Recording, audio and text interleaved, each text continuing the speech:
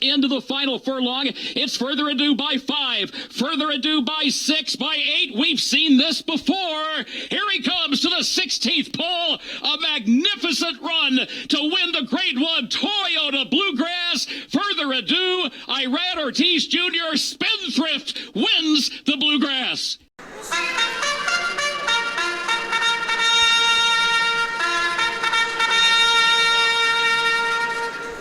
You're listening to the Auxiliary Gate Podcast, Kentucky's weekly horse racing discussion. And now, here are your hosts, Alan Schneider, the bearded handicapper, Geoff Riggs, and me, CC Broaddus.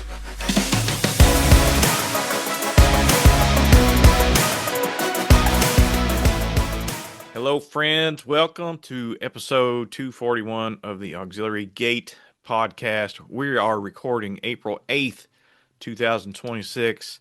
Just over 3 weeks away from Kentucky Derby 152, and we had 3 important prep races over the weekend. The Bluegrass Stakes on Saturday, in addition to the Wood Memorial and the Santa Anita Derby. To help me discuss those, Geoff Riggs, welcome. How's it going? Yes, sir. What's going on, CC? Good to be back this week. How you doing? I'm doing great. Noted by his absence, Alan Schneider's not here. I think he's at Furniture Liquidators. He's chasing down his furniture nightmare he's got going on right now, right? Yeah, we're going to have to nickname him the Furniture Man. Anyway, we need to name a horse after Alan. Let's call him the Furniture Man. Furniture Man. We'll have to Furniture Al. There you go. Furniture Al. All right, we'll talk about that on a future episode. But we miss Alan. But let's talk about first. We'll talk about the Bluegrass Stakes, since that is associated with our guest today, and then we'll talk about the other 2 prep races later.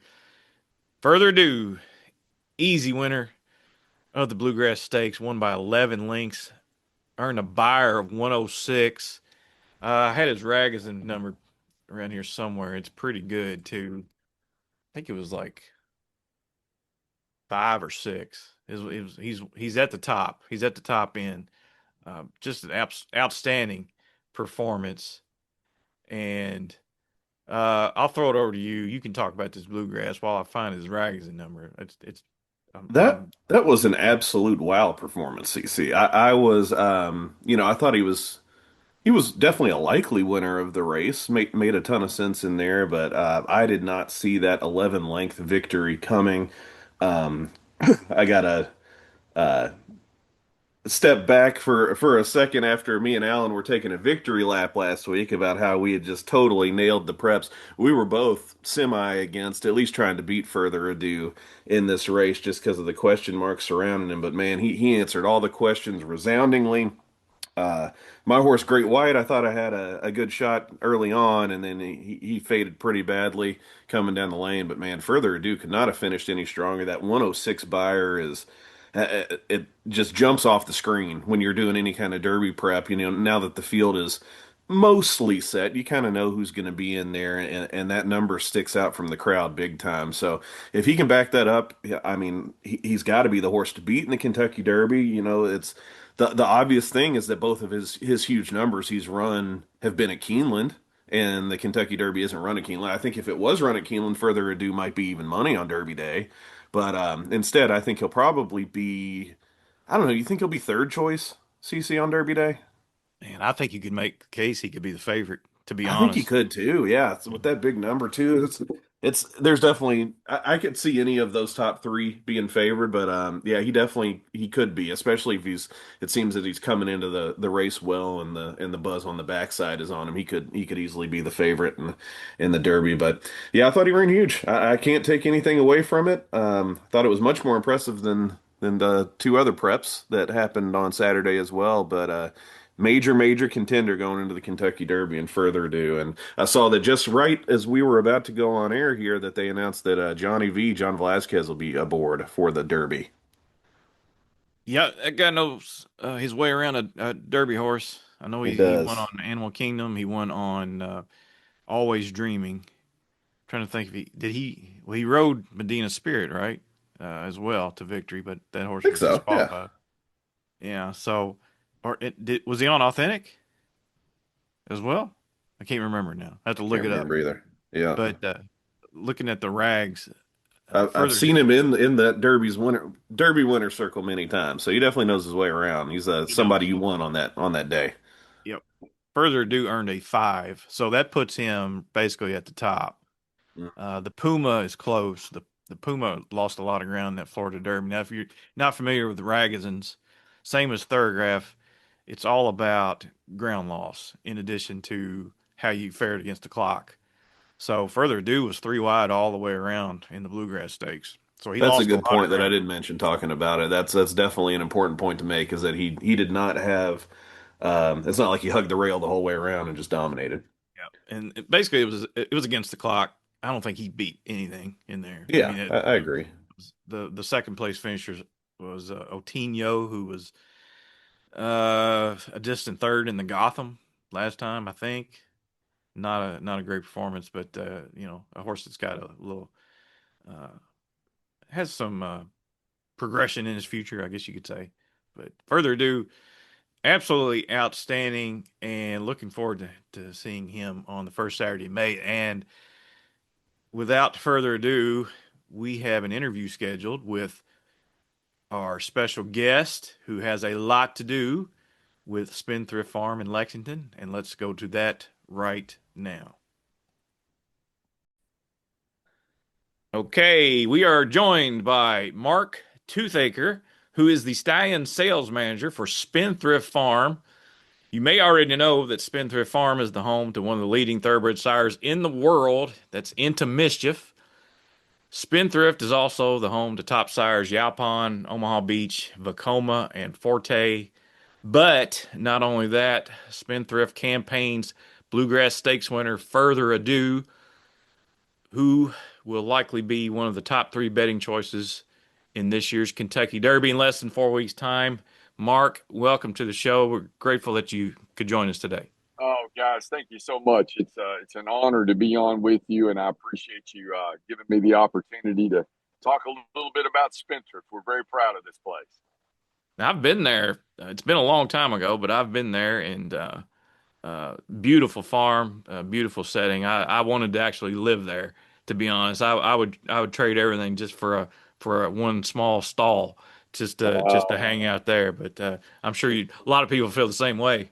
It is. It's a great place to pull into, and each morning. And I'm sitting out here right now looking at our stallion complex, and the guys have got the blowers going a little bit out here, trying to clean up everything before they head out here at 4 o'clock. They all have to be back for a 7 o'clock breeding session again, so they get a few hours break away from this place. And we're these guys. I just take my hat off to them during breeding season. We normally breed at 7, 2, and 7, but you get some of these stallions like Yaupon and Vacoma that are breeding these big books of mares. It sometimes requires coming back for a 9 o'clock fourth breeding, and so these guys put in a lot of time and a lot of energy, a lot of time away from their families to support our farm and support our stallions, and we couldn't be more thankful for them.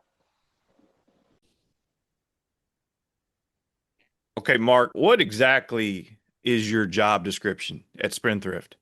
Well, it's a little bit of everything. We have a team of guys, Brian Lyle, Des Dempsey, that do a great job of helping us promote our stallions. We spend a lot of time on the phone with breeders. We spend a lot of time out on farms looking at foals, showing stallions up here. We show stallions basically every day at 1 o'clock during breeding season. Normally have multiple people out each day wanting to look at stallions. Some of them are, really trying to make a decision on their mares, and some others of them have bred to them, but this is their first chance to kind of get out or see the stallions in a while that they've bred to. So, we just spend a lot of time in contact with clients, new clients, trying to promote Spendthrift, hoping that they will breed with us instead of some of our competitors, and do a lot of looking at pedigrees, trying to figure out what is the right mix, for their mare and our stallions. And that's generally it. Just promote is what I do. Well, congratulations, first of all, to you, and congratulations to Spendthrift on all the success that you've had recently. I got to ask you, on your side of the operation, the breeding side, the stallion side, which are you and your coworkers buzzing more about? Is it Further Ado, me possibly being one of the favorites in the Derby, or is it more Into Mischief, his success with Commandment, Renegade, the probably the two other favorites, and to a lesser extent Potente, who's a top runner for Bob Baffert. Which are you more excited about? Is it a thing of pride with Into Mischief, or are you just happy that you've got maybe a potential stallion on the way and Further Ado? Well, it's exciting. I don't want to mix the question, but this was a great deal on Saturday. We had Eric and Tammy Gustafson that own the farm. That's Wayne Hughes's daughter.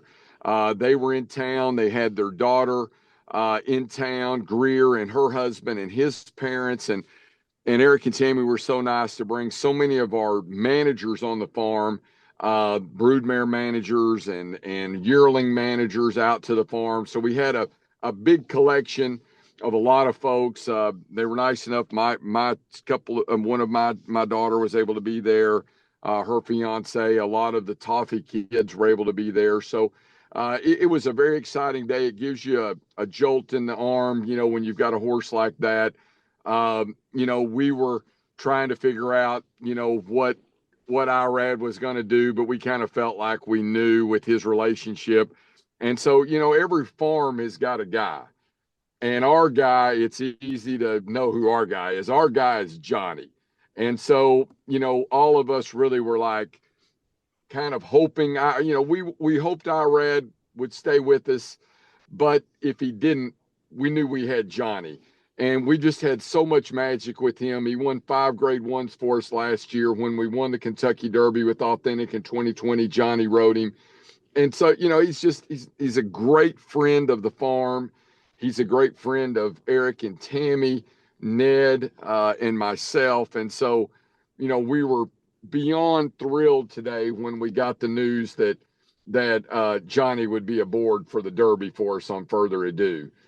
So we have great confidence in his ability to win the Derby. And if things don't go our way, I've been here long enough to know when Into Mischief was standing for $7,500 and I was begging everybody I could, to just send a mare and give him a chance. And so now, when we run the Run for the Roses, he gets a chance, to be the only sire in Kentucky Derby history to have 4 Kentucky Derby winners. And he's tied with a whole group of them at 3 right now. But, when you've got a horse like Commandment and Renegade, Patente, you feel like you've got a real chance for it to be number 4. And if that was the case, that would be great consolation if we didn't win it ourselves with Further Ado. Yeah, Further Ado was explosive, winning the Bluegrass Stakes on Saturday. He really did stamp himself as a top threat. I guess if you wanted to poke holes, one glance at his past performances kind of reveals that his 2 biggest wins came at Keeneland. Is there any concern on your guys' part that he might not be able to carry that form to Churchill, or what do you have to say to the naysayers? We're really confident he'll be fine at Churchill. He ran the big race when he broke his maiden by the 20 lengths, and then we go to Churchill for the last stake of the meet over there. And we really, if you go back and watch the race, we didn't have the best of trips. We kind of had a rough run race for him, and he still overcame it. I don't think he was ever really in a comfortable spot a lot of that race. I was nervous that, we weren't going to win as the race progressed, but, he was able to figure out how to get to the wire first that day. And I thought he overcome a lot, and I thought he got a lot out of the race. And because we all know, we've had everything happen. We had Rock Your World, who we'd bought the stallion rights in, and Joel lost his iron leaving the gate. We had 1,000 Words that we owned with the Allbaws flip over in the paddock 20 minutes before the Derby and be scratched. We've had so many things just go terrible in that race. get caught up in a speed duel with King's Barnes. Bolt Doro catch a terrible track and had a bad trip. And so we've seen all of the things that can happen in the Derby. And so we're not naive about how hard it is to win the Kentucky Derby and what a thrill it is just to be in it. But we do feel like we have a real legitimate chance. And we know he's not a one-horse wonder at Keeneland. We feel like he showed his stuff there when he won at Keeneland and overcame some things at Churchill, and overcome some things. And we feel like he's going to be just fine. It's just Brad keeping him, safe between, last Saturday and the first Saturday in May. And, he's not a real heavy made horse. He's really, really gun runner like. I mean, he's very, very similar to his sire. So he's not this great big 1,250-pound horse. He's a very much gun runner type horse. And so, you want to make sure you keep good weight on him and let him kind of tell you. I know they were talking about maybe taking him back to the track today. He was feeling so good, but I think tomorrow will be his first day going back to the track. And, it seems like he bounced out of the race good. Brad had told us coming out of the Tampa Bay race that he felt like he came out of that race better. And now, he's told our crew that he feels like he's really bounced out of the bluegrass in a really good way. And so we're going to go over there and feel like we're the horse to beat. And we'll let the naysayers say what they say, but we're going over there to win it. And we feel like we've got a guy that's, Johnny, that's won it so many times. He knows his way around the track and the winner's circle over there. And we're going over there with the utmost confidence that he can go win the race. Now, speaking of gun runner, who is the horse's sire, I think Further Adu's pedigree is really cool. Besides having one of the top sires on the top side of that pedigree, his female side hails from some of John Oxley's best runners. His grandsire, Sky Mesa, who was a good 2-year-old. You go back to the Third Dam, you've got Beautiful Pleasure, who I remember, I think maybe back in the 90s, she was a two-turn mare that I know she won at 10 furlongs twice, won stakes races at 10 furlongs twice. And then Oxley bred her to his Kentucky Derby winner, Monarchos. And you've got all of that in the bottom side of that pedigree. I don't think there's any doubt in the world that this horse ought to get a 1.25 miles. Well, we feel so. And he just seems, when we ran him the first couple of times and he got beat, we were a little bit like, well, we really thought a lot of this horse. And then when we stretched him out, he showed his stuff. And that's, that's the thing with these gun runners is they just seem to keep grinding and getting better, the further the race goes. And so we're just going to hope that's the case. And, Steve Haskins was out here the other day, the legend, and he went through his pedigree and I wish I would have recorded it, but he went through just talking about how many horses are in his pedigree that like ran the fastest race of that classic they won, and just on and on and on about how many of them just dominated, in the grade 1 that they won and the time that they ran. And I was tied up and I wasn't able to be there for the whole conversation, but I would have given anything if we would have recorded it, because he just went through horse after horse after horse in the pedigree and what they did. And not only did they do it, but they did it in an incredible time. And so Steve had us all before the race Saturday, really giddy, about our chances. Geoff is recording doing double duty right now. Are you there, Geoff? Yes, sir. Okay. You have any questions for Mark? I absolutely do. Yeah, it's definitely an exciting time for you guys right now. And Further Ado, and as you mentioned, a couple Sons of Into Mischief as being probably the 3 favorites for the Derby right now. Just, I guess, talking more about the breeding operation there at Spendthrift. You all have such an extensive roster of just superstar stallions right now, and I'm sure a lot of factors go into this. But what are a few of the main things that you all look for in a new stallion that says they would be a great fit for us here at Spendthrift? Well, when I first started over here with Mr. Hughes, we were kind of trying to find horses that had run a brilliant race, but maybe, they were a little bit under the radar, let's just say. And so we were building an operation, basically taking a shot, on some horses that showed some great talent, but wasn't farms that were really, weren't horses that farms were really seeking, where there was tremendous demand. We were trying to buy them right, not spend a lot of money.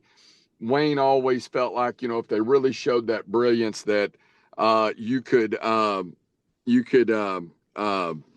you would be able to have a chance of making it as a stallion, but maybe you weren't going to have as great a chance as the top prospect coming in, but your chances weren't very far from it. It wasn't that big of spread, he didn't feel like.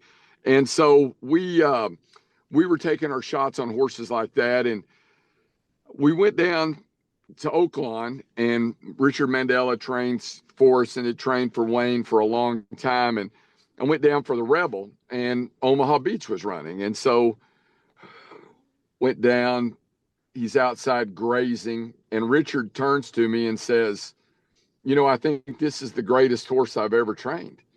And I took a step back. I'm like, Richard, I mean, I've been to the Hall of Fame. I mean, I know like ever, yeah, that you've trained. And so he said, no, I'm serious. I think this is the best horse I've ever hung a bridle on. And so I called Wayne and told him that. And Wayne goes, oh my gosh, we got to try to figure out how to buy that horse. Well, had not got into that market to where you're having to step up and pay the huge number, and so he comes back, he wins the Arkansas Derby. Mr. Porter wants to do a deal. You've got every farm in Kentucky wanting to buy him. It was expensive as can be. Wayne put together a very unique offer for us that was just only he could come up with, that was real base heavy and not a lot of kickers. And we were fortunate enough to get him. And, we were heartbroken when he didn't get to run in the Derby. Just got an entrapped epiglottis, right there, like on Wednesday. And we tried to get it shook loose and couldn't, and, then had to send him into the clinic. And so that was, we were really heartbroken for Richard, because Richard doesn't try to get to the Derby. I mean, a horse has got to drag Richard Mandela to the Derby, and Omaha did that. And, we were sad because, we didn't know if Richard would ever get a chance to get back there. And he's such a great guy and been such a big member of the team here, and with all the stuff he's done with us with so many different horses, and obviously Beholder, and he trained into Mischief, and he's just a guy, you want to see, add that to his resume. So, the horse went on, showed tremendous talent, not only able to win the Arkansas Derby at 1 1/8 miles, but, win the Santa Anita Sprint Championship at 6 furlongs. And he just, unique talent. He was the first horse we stepped up and bought. And I think by that time, Wayne kind of had some confidence in our sales team that we wouldn't lose all his money for him. And so now, since that point, Wayne's confidence, not that we haven't taken a shot on some, inexpensive stallions, we have, but really we're trying to buy the stallions that we feel like can keep us at the top. Doesn't always work out in this business. It's so hard to make a stallion, but we've had the resources. Eric and Tammy have continued that, to be able to go out and buy these horses we feel like that fit what we're trying to do over here. We're trying to have the leading 2-year-old sires. We've done that 4 years in a row. This is the deepest, craziest crop this year of all these top horses, from Flightline to Life is Good, and you just go on and on and on of all the horses in this deal. But we've got Jackie's Warrior. We've got Cyberknife. We have, maybe a couple of long shots in Mo Donegal and Greatest Honor. But we want to have the leading freshman 2-year-old sires every year if we can, and that's hard to do. We want to have the horses that lead each crop. We did that this year with the leading general sire, leading freshman, second crop, third crop, fourth crop sires. We had all of that this year. That's almost impossible to do. No farm, since they've been tracking it, has done that. But that's our goal. We want to try to achieve that. So each year it's very important for us to bring in, what we feel are the best prospects that we can. And some years it's tough to do that. Last year, we really had to battle to find horses. We had tried to buy Chancellor McPatrick at the 2-year-old sale. We stopped at 700. He brought 725. We come back. We were able to land him a 2-time Grade 1 winner at 2, the hopeful in the Champagne. but that's all we had. We had some horses we had tried to chase that we didn't get a deal done on, and they went to our competitors. And so we threw a Hail Mary at the end of the year. You don't have to be very smart to look around and see what Not This Time is doing on the scene. He's an incredible sire. I'll tell you a story sometime. I don't want to take you up on all this other stuff, but we actually had a chance to have him as well, and we blew it. But Man. that's for another day. We bought Brody's cause off of them, off the All Balls that same year. We had a Giants Causeway, and then Not This Time gets hurt, and here we got an opportunity to do a deal on him, and we already had one, and so we didn't do it. And so, but we look around and you see the success he's having, and so we went after Goal Oriented at the end of the year. It was probably a horse that they really had set on running as a 4-year-old, but we needed another horse. We felt like to stay competitive each year, and we felt like he gave us a great chance. And so we basically made Tom Ryan and his group an offer that they couldn't refuse, to go ahead and bring him on in. And somebody said, well, what did he break? And I said, the only thing he broke was the bank over here at our place. And so, but we felt like, we needed another horse, and he was the one we wanted. And, we stepped up and got the deal done, and here we are. Yeah, so you talk about aggressively going after those first year stallions, wanting to have the leading first year stallions. On, I guess, the flip side of that, you talked about the sales part a little bit. What do you do to convince breeders to take that chance on those exciting first year stallions over more established ones? Well, it's a first year driven market, really. And so Right. as long as you don't really mess up, and which we've messed up over the years on some horses we bought, it's so darn tough. But if you bring in the right physicals, the good commercial physicals, we just were run over the top on these two horses this year. I mean, both of them, we don't really like to breed over 200 mares. That's kind of our number where we're trying to go to. And obviously we've got 10 horses here that wouldn't add up to 200, and that's just the market. They either love you or they don't. But the ones that they love you, are easy. You get to 200 in a hurry. And so Goal Oriented, Chancellor McPatrick will both have books of 200 this year, and so they're going to get every opportunity to be able to make it. And then if they make it, then you're just trying to keep them rolling, and keep the mares in there. Like, we always have trouble, as every farm in Kentucky does, with second year horses. We have a really, really good group of second year horses.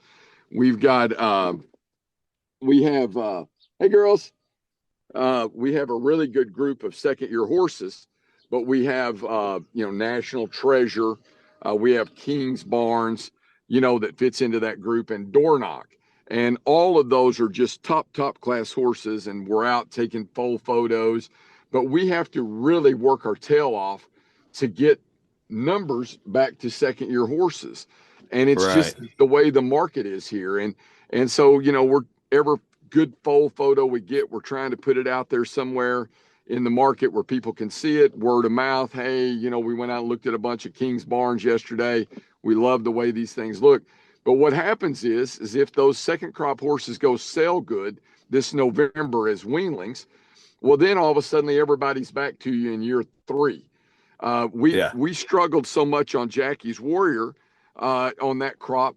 We bred an unbelievable book of mares to start him, and then we're dying for mares in year 2. So we did a unique deal. We did a 2-for-1. If you send a mare to Jackie, we give you a second one for free.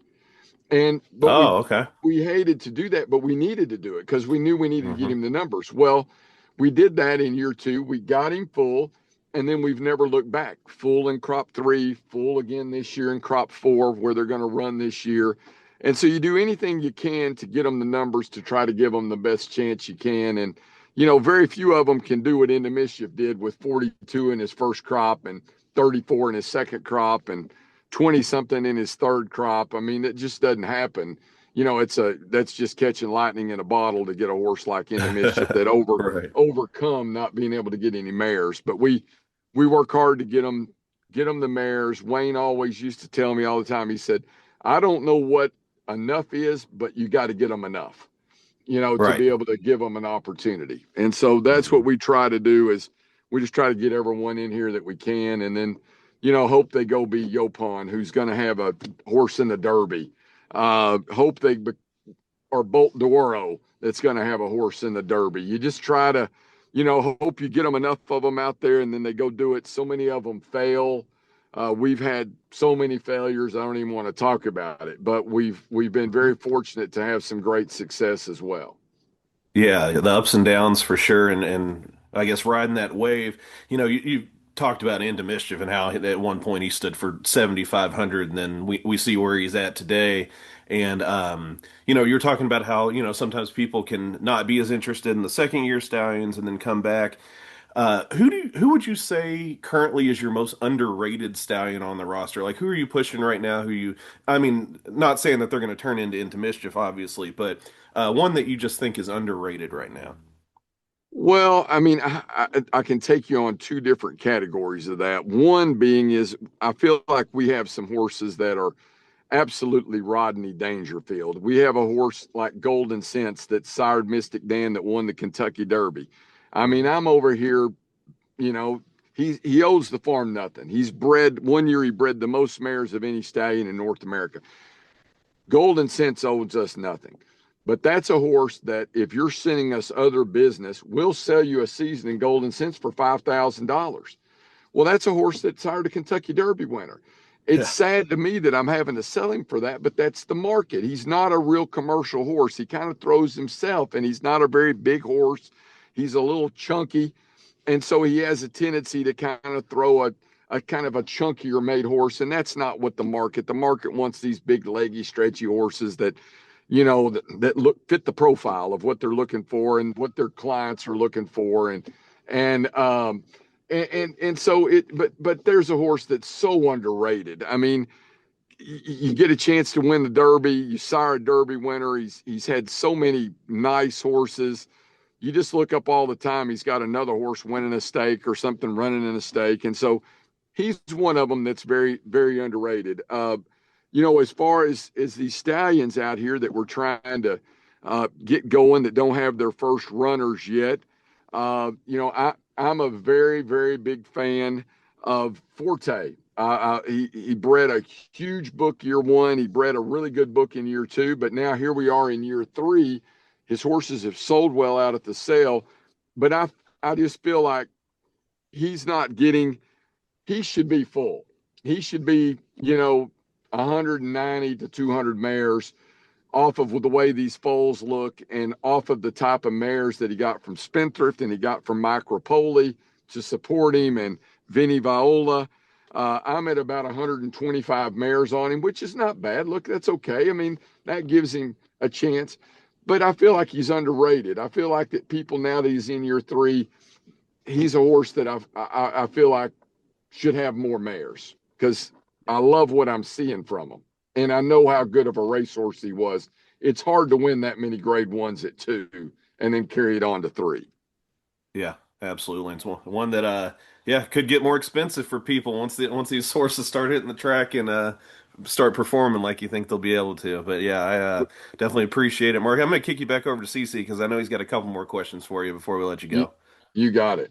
Yeah, just last question. Now, Spendthrift Farm, the farm itself, is no stranger to the Kentucky Derby Winner's Circle. They, back in the days of Leslie Combs, bred Majestic Prince, who won the 1969 Derby. Before we started recording, you said you were near a statue of Nashua, who was second in the Derby, I think if my mind, yeah, but behind Swaps. What's the connection to Spendthrift and Nashua? Nashua, from my understanding, and there again, Des Dempsey's more the historian of the farm. He worked here before Wayne Hughes even bought the farm. And so he's been here forever, and Des can just recite anything. But he was the first real syndicated horse that Spendthrift had back in the Combs day. They syndicated him for, at the time, quite a bit of money. I'm sitting here by the original one of the original barns, and Nashua couldn't even be in the original barn. They had to build what they called the Nashua Motel because no one would insure him in a wooden barn. And so they built this rock barn that's our U barn now. Now we've added wood to it and changed the architecture of it, and we've dressed it up, because what it was just a flat roofed, rock and metal barn. But that's the only thing that they would insure Nashua in. And so he was a very, very important horse to branding the name Spendthrift. He was a very important horse in the history. And obviously the Combses, he was their first big home run horse. And, what a great sire he turned out to be. And, the purses weren't anywhere close to what they were today. And, he made a lot of money, won a lot of races. And, we've got a beautiful statue. And there again, forgive me, I don't know Elizabeth Taylor's daughter's name, but that's who did this statue sculpture for us that's there. And one of the neat things, anybody that comes out and visits the farm, the guy that really did all the tours and was one of the stallion guys here forever was a guy named Clem Brooks. And he's in the statue. They put him there holding Nashua. But the unique thing about it, when you come visit the farm, is if you look closely, there's a horseshoe in Clem's pocket. And that was Clem's hustle. So everybody that come to the farm, Clem would tell them, hey, I've got a shoe here for sale off of Nashua.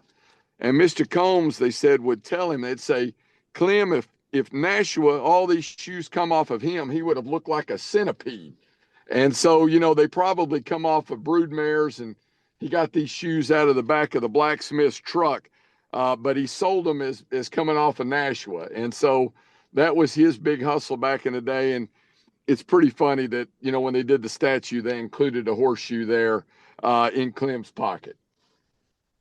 Wow, that's incredible. Great story. A lot of good stories here, Mark. Yeah, and of course Nashua had that great rivalry with Swaps back in the day. And Swaps stood here as well. Oh, wow. I didn't know that. Yeah, that's awesome. Yeah, Swaps. Yeah, no, it's the history here is just incredible. And, it's funny, Ned Toffee, of course, we were heartbroken when Ted Noffey, we felt like we had the best 2-year-old last year and really, really good chance to win the Derby. But the horse got his name. You might have read this or seen this, but they honored Ned Toffee, our general manager, as the farm manager of the year. And they had a banquet for him and a dance and a dinner and all that. And unfortunately, I wasn't able to make it. My son was a senior in high school that year, and he was playing at Kroger Field for a state championship against Paducah Tillman. And unfortunately, we come up a little short, but we weren't there that night for the game.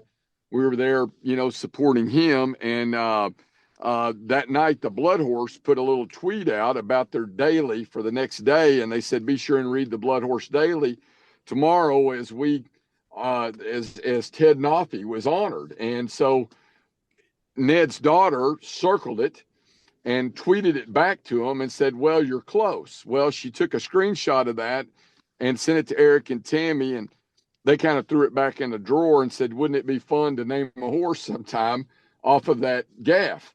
And so, we had this gray horse down at Roll, that King's Equine, that was showing a lot of promise. And so, Eric didn't even tell Ned. He just named it after him.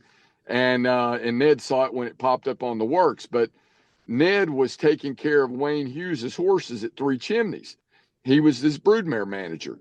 And so he told Ned, he said, "Would you ever consider, if I bought a farm, coming and running it for me?" And so Ned was like, "Yeah, sure." And he told his wife that night, the conversation. And he said, "This would be a great spot because Wayne's only got like 12 broodmares."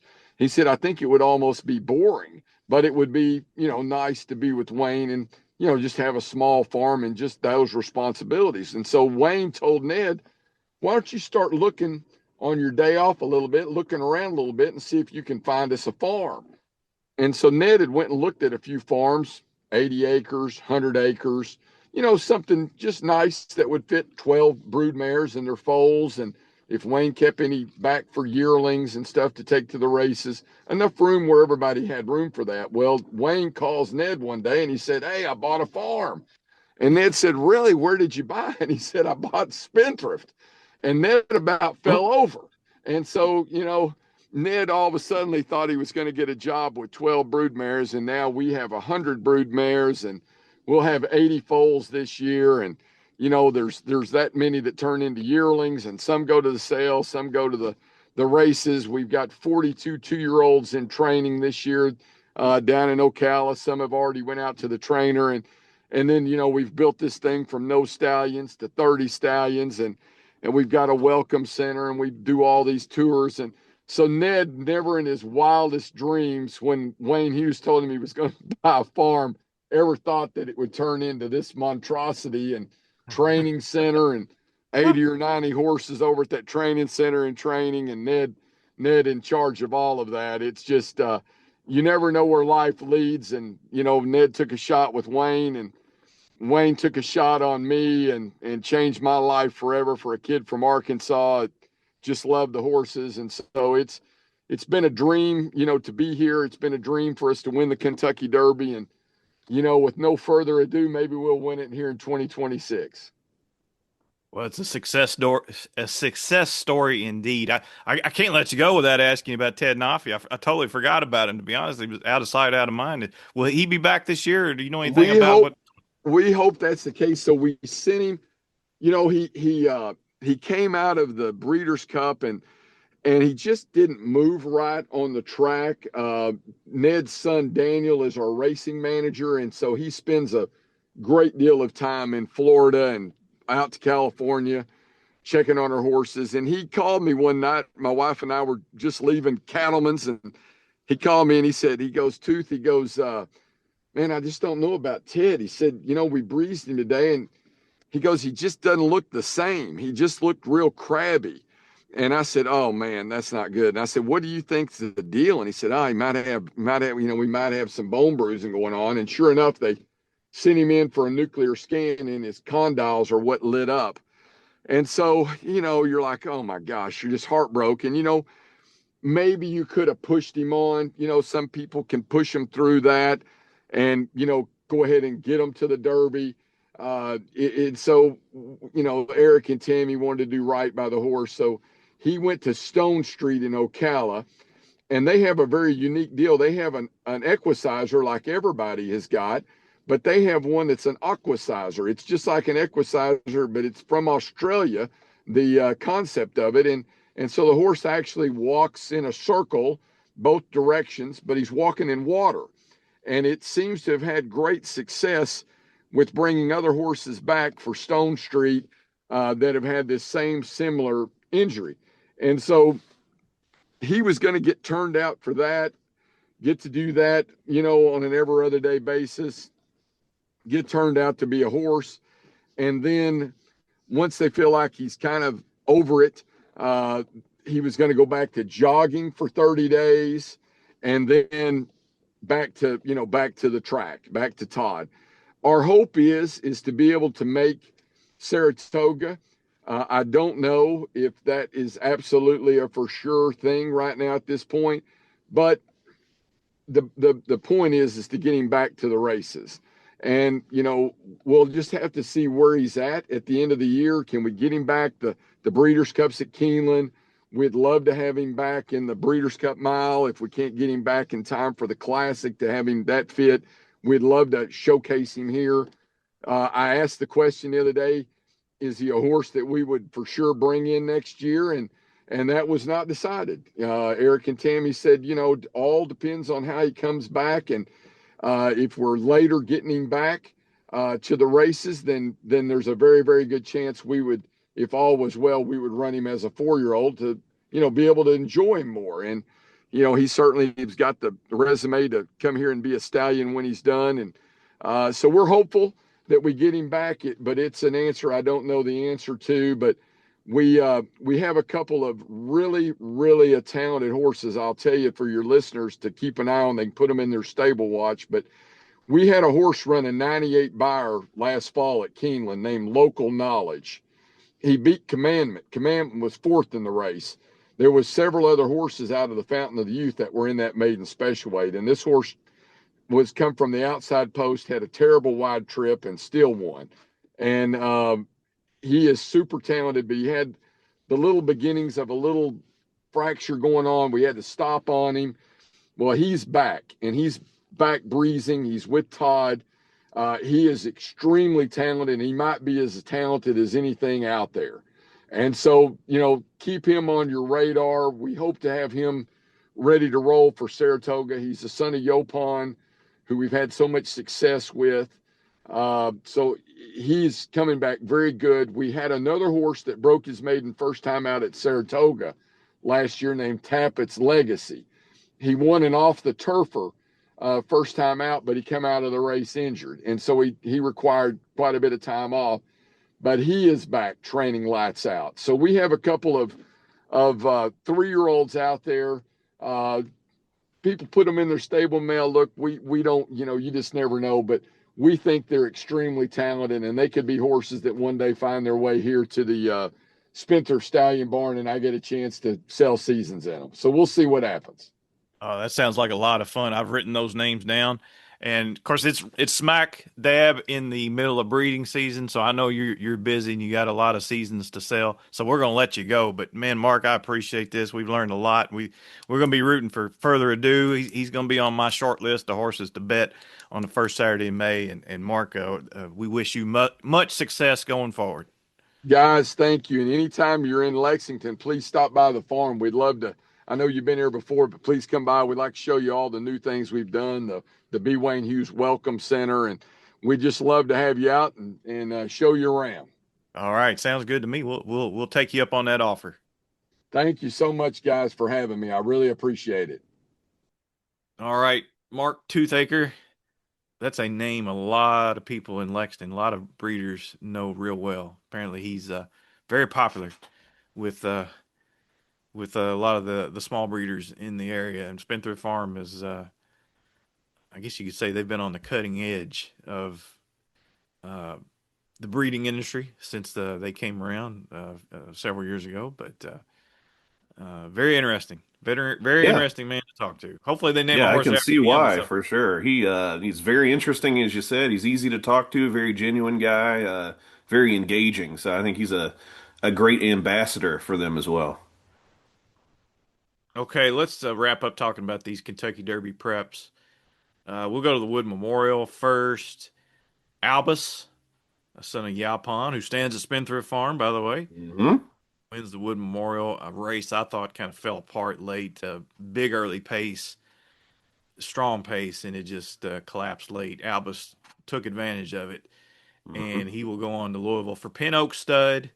Pin Oak has 2 horses in the Derby, Incredibolt being the other, both trained by Riley Mott. Riley Mott for both of them, yep. Yeah, and Right to Party finishes second for Kim McPeak. And both of those horses, it appears, will go on to Louisville. Anything you want to add on the Wood Memorial? Yeah, I mean, honestly, the Wood's been one of those races that, especially in recent history, I've somewhat downgraded horses out of just because I feel like they haven't had that much success in the Kentucky Derby. And just looking how the numbers came back, they're definitely going to have to improve. But I definitely do think that both the top 2 finishers are horses on the improve. It is kind of cool seeing Riley Mott having 2 Derby starters this year, and was ridden by Jaime Torres too. So it's cool to see that Jaime Torres is back with another Kentucky Derby mount. Let's go to Santa Anita for the Santa Anita Derby. Kind of a surprise, I think. Horse named So Happy, a horse that really wasn't on my Derby radar. Son of Run Happy out of a Blaine mare. Won the Santa Anita Derby by roughly 2 lengths. He beat Bob Baffert's Potente, son of Into Mischief, who stands at Spendthrift Farm, by the way. But So Happy, I thought this was a pretty nice win, to be honest. He was wide all the way around and made that Kentucky Derby winning move around the far turn to get to contention, and Potente was no match for him late. So Happy, despite the ground loss, I thought it was a perfect trip, I guess you could say. But Mike Smith, who's won a few of these derbies, gets to return to Louisville, and I'm going to say this horse is not without a chance. Anything you want to add on So Happy? I'll look up the figs on him while you're talking. Yeah, I'm interested in the figs. So while I'm talking, look those up for me because it seems like ran one of the fastest races anybody's run here in the Santa Anita Derby, which got my attention because I've kind of had the same few horses as the major contenders in my mind over the past 3 weeks or so, and So Happy was not on that list, and so he is the one horse that has jumped up there for me. I think he's kind of getting good at the right time, and there's always one or two of those horses come Derby time who, when they're just really thriving at the right time, that means so much when it comes to a race like this. And I was impressed by the race in general. I've always been a fan of Potente, and I thought he ran his race, and I thought So Happy just ran better than him that day. So if he has another step left, I think he's going to be a major threat. What do the numbers say, especially like thoroughgraphs? I know you like looking at patterns and such. I don't have Thoroughgraph yet. Uh, Okay. won't get that until Derby week. It looks like Ragozin reveals their stakes numbers, like Mm-hmm. 7 or 8 on Twitter. Okay, So Happy got a 100 on the buyer 100 scale. buyer. Yeah, so he's right there with all the top ones then. Now Ragozin's a little different story. I get my Ragozin figs confused. So he got a 9 minus.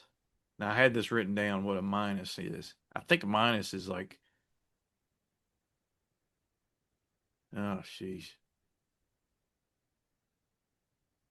A 9 minus is a minus quarter point. So I think that's 9 1/4. It's not good. It's not good. They didn't like it. Okay. They didn't like it, huh? All They right. didn't like it, which is Yeah. surprising. Well, you were talking about how it was a good trip, so maybe got downgraded a little bit for that, but Yeah, I don't know. I mean, I yeah. mean, if you, so Potente had an even better trip. He lost no ground along the rail. Yeah, I didn't think he had any excuses. Yeah. So if you're just going solely on buy or rags, you've got to toss Yeah. both of them. Seems like they're kind of tossing the race. Yeah. Uh, you know, you know, if you're against So Happy, I mean, you can make all kinds of reason. You can find all kinds of reasons why. I mean, the Yeah, sure, but Robusta, the runner up in the San Felipe, stumbled coming out of the gate. Cherokee Nation, who was supposed to be the pace setter for Baffert, his back end kind of gave out coming out of the gate as hmm well. He broke last. So I thought there were 5 contenders in the race, and 2 of them were eliminated basically at the start. It's a good And point. then Vitruvian Man, a horse that started at Ellis, saw him run a couple times, and there was a fan of his. He Yeah. clunks up for third, so that doesn't tout that field is very strong. So I Mhm. What kind of price do you think So Happy will be on Derby Day? 15 to 20 to 1, I think. 50, Okay. right, somewhere in between. Yeah, I'd say I'd be more interested at the 20 than the 15, but that's probably the right range. Got that's a discrepancy we're gonna have to solve though. Which number? Yes, exactly. What do we trust? Yeah. So the Derby field is now basically in not in stone, but pretty close to in stone. Uh, there's one more points race this weekend, the Lexington, which looks absolutely impossible to me. Big field, good betting race, but there's one horse on the outside looking in that is a big contender, and it's Chief Wallaby. He's right now Yeah, number 22. 22, right? Yeah, he needs 2 defections, and he'll probably get them. There's a couple in here that probably don't need to be going. I think Class President's one of them. I think surely he'll defect. And stark contrast would be a top 2 choice in the American turf. I can't imagine they would send him, but the same Yeah. connections sent endlessly to the Derby a few years ago. That didn't work out well, but I'm sure Michael McCarthy's trying to lobby for this horse to go to the turf instead. That's $1 million purse, Yeah, and yeah. I think he would be, in addition to Remember Mamba. I think that would be the 1-2 favorites in that race, unless there's another one that I don't know about. But yeah, Chief Wallaby outside looking in. But I think that horse has a big shot if he can draw in Mhm. any other I any think other. he'll be the. I saw him. I don't remember who posted it. It might have been Matthew DeSantis put a poll on Twitter the other day, like who's the wise guy horse going to be for the Derby this year? And I think if Chief Wallaby's in, I think it's going to be him because I know a lot of people that are a really big fan of him, and I can see why. He's right there. He kind of I mean, he doesn't really have the same pattern or anything as Baeza, but he just kind of like the hype around him and how he's just kind of nipping at the heels of a lot of these horses. He kind of reminds me of him a little bit. Dan and Bourbon. That's a horse we probably need to talk about Yeah. somewhere down the Yep. road. I think this horse is has the look of a live long shot. He's the son of Maxfield. Shipping over from Japan, he won the Fukuyukurukuru Stakes. I think I'm saying that right. Nobody pronounces those races like you do, though, CC. Yeah. Well, I'm on top of it. Yeah. I used to date a girl from Japan, or she was half Japanese. Mhm. That helps. Yeah, definitely. Uh, yeah, Wonder Dean is the other Japanese horse I'm not a fan of, to be honest. Mhm. Yeah, so we got 3.5 weeks to talk about this. Speaking of Japan, I think they announced today a couple Japanese runners are going to come in for the Turf Classic. Shin Emperor, who's Oh, a top okay. that horse could be. He should maybe go off the favorite. He's a top Japanese turf horse. And then T.O. Elvis. I'm going to have to brush up on him. I know I've heard of him, but I can't remember. I think he's going to run the Churchill Down Stakes, the Well, 7 furlong. every single TO horse that they've brought over so far has outrun their odds when they come over here. So, I think this horse is legitimate. So they're bringing two nice yeah. horses for these races. So that's something to keep in mind. But before we go, you've been following this moon vacation that these guys have been taking, Not really. I know, was it our last podcast that we were recording when the launch was happening? right? Yeah, I don't think we mentioned it on air, but yeah, Yeah, yeah, we were the watching it take off while we were starting to record last time. I mean, it's pretty cool going to the moon for the first time, and I don't remember how many years, but it feels like forever. How's it been going out there? I know they had a couple minor issues. I think they had some plumbing issues up there, well which the toilet blew up or something. I don't yeah, know. yeah, Yeah, that's they never couldn't use good. the toilet. That would have been it for me. I'd have turned it around That's immediately a rough one. after that. Of course, I'm cut a little different than most people, but they flew around the dark side of the moon. Pink Floyd would be Hmm. proud, and I guess they're on their way home. So I'd say about Okay. 2 or 3 more days they'll be here. So apparently, space travel is easy. Who would have thought? Who would have thought? Who would have thought? But yeah, so hopefully they'll get home soon. Big weekend at Keeneland. Golly, they got a ton of nice races. The Jenny Wiley, the Maker's Mark Mile, the Lexington, and just full fields. I mean, Hmm. I lost my ass on Saturday. I'm probably going to lose some more this weekend. So, Got the but opportunity to make it a generational weekend. a generational loss. How about that? All Be right. generational either way. Generation, yeah. Either way, we'll have fun doing it. That's the most important part. That's right. All right. Is that all? Anything else we need to talk about? Man, I don't know. Not that I can think of. We'll recap everything early next week, I guess. Yep. Yep. Okay. All Derby right. season on the horizon. It's coming up. It's here. The weather's finally changed for the good, I think. So nothing but blue skies and rainbows for the next 3 weeks till Derby Day, till it rains 14 inches like it usually does. Yep. All right. On behalf of Jeff Riggs, Alan Schneider, who's not here, and of course our guest, Mark Toothaker from Spendthrift Farm, I'm CC Broaddus signing off, reminding you that gambling money ain't got no home. Good night.